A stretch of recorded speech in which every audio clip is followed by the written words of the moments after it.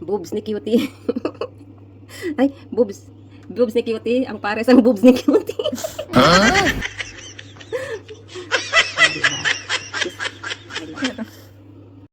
First and foremost, let's serve the Viking. And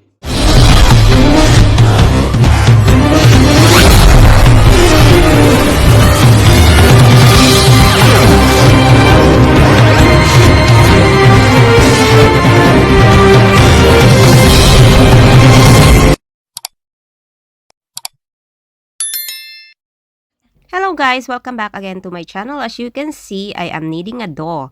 And for today's video, we're going to make cinnamon roll.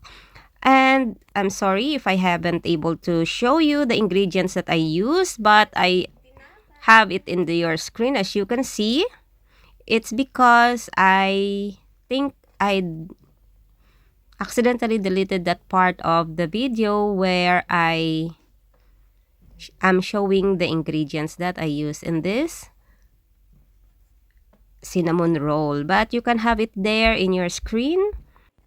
And I just mix everything, guys, and then I am kneading it now for 8 to 10 minutes, and I'm dusting some flour to make sure we will reach that consistency and it will not stick to our table. And after 8 to 10 minutes kneading, we're going to let it rise. So after 1 hour, this is how it looks. It really doubled the size. And now we're going to punch out the air, and then we're going to roll it on to our table and divide it into 3. And it will be easier to roll more than 32 pieces of cinnamon roll. So I dust some flour on the table to make sure it will not stick. And then I'm going to divide it into 3.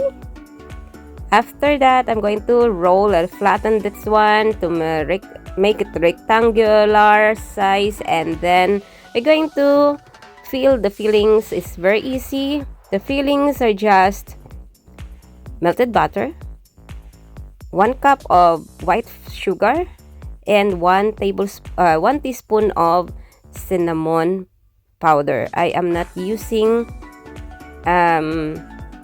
too much cinnamon and brown sugars because I find it very sweet, and the preference of Anba, who's going to eat this, because one reason why I am making this, guys, is because this is Anba's favorite bread, cinnamon roll. While I love croissant, Anba loves cinnamon roll, and I don't like the cinnamon roll too sweet and too sticky, too much butter and too much sugar. So it's just up to you guys how much you want. And to those who's looking for the ingredients, I will put it into the description section. Just check it down there, how much flour I use for this cinnamon bread that we are making right now. Because in the screen that I show you is just 2.5 cup. I think this one that I am making is more than 5 cups. I think I use 7 cups of flour. It's like 1.5 kilo of all-purpose flour. So it depends on you guys what you want to use. I am using all-purpose flour. You can use bread flour, you can use white flour. So it doesn't really matter what kind of flour that you're going to use. So now I am spreading the filling, and now we're going to roll it into a log. Just follow what I am doing. You can spread it all too much you want, but now I am rolling the cinnamon. So we're going to form a log, and we're going to cut it into sizes. That is, it depends on you how much you want to or how big you want it, because after this we're going to cut it, and then we're going to let it rise again for half an hour. So it will surely going to double the size because of the yeast that we use on this mixture. Now I am cutting, and Stephanie asked me to cut the cinnamon log into her side. So this is how I do now.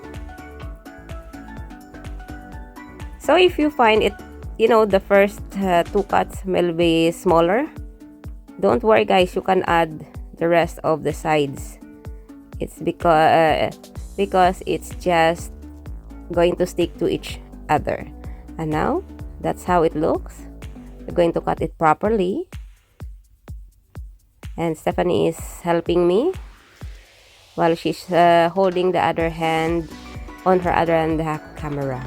And now we're going to put it into our baking pan with a parchment paper, and then it will cover it and let it rise for half an hour or 30 minutes. After cutting the log, we're going to rearrange the roll into our baking pan with a parchment paper, making sure there's enough space for each bread to rise.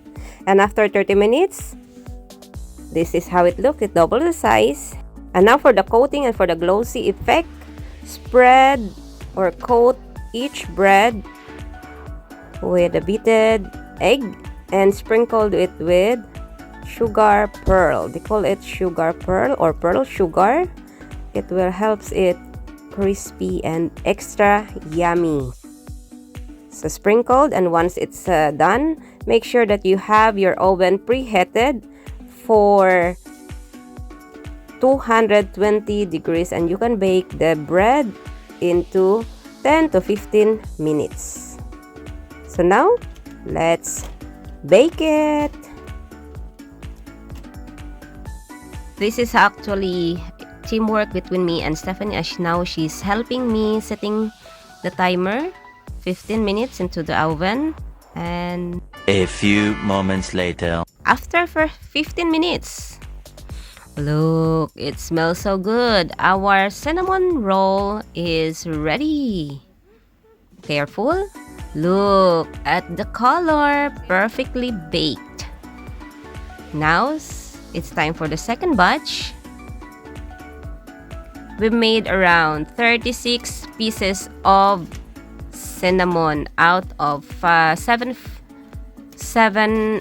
cups of flour. So it depends on you guys. And now Stephanie said it's approved, crispy and yummy. The smells is so yummy. Cinnamon rolls will make your house smell so good. And the second batch is done. So you have to move it into your cooling rack if you want. And some people are adding cream cheese as a topping, but for me guys, this is just perfect. You can have your option. If you want some toppings, you can add some toppings will be optional. You can add cream cheese or sprinkled it with confectionery sugar, or let the confectionery sugar mix into a little bit of milk or water, and then you can dip it in. For me, this is just perfect. You can serve it while it's hot with coffee. Perfectly partner for coffee, and you can serve it into your friends, neighbors, and visitors. With this, we also gave 6 pieces to Solvay and served some to our neighbors. We invited them for coffee. So now we're going to serve them.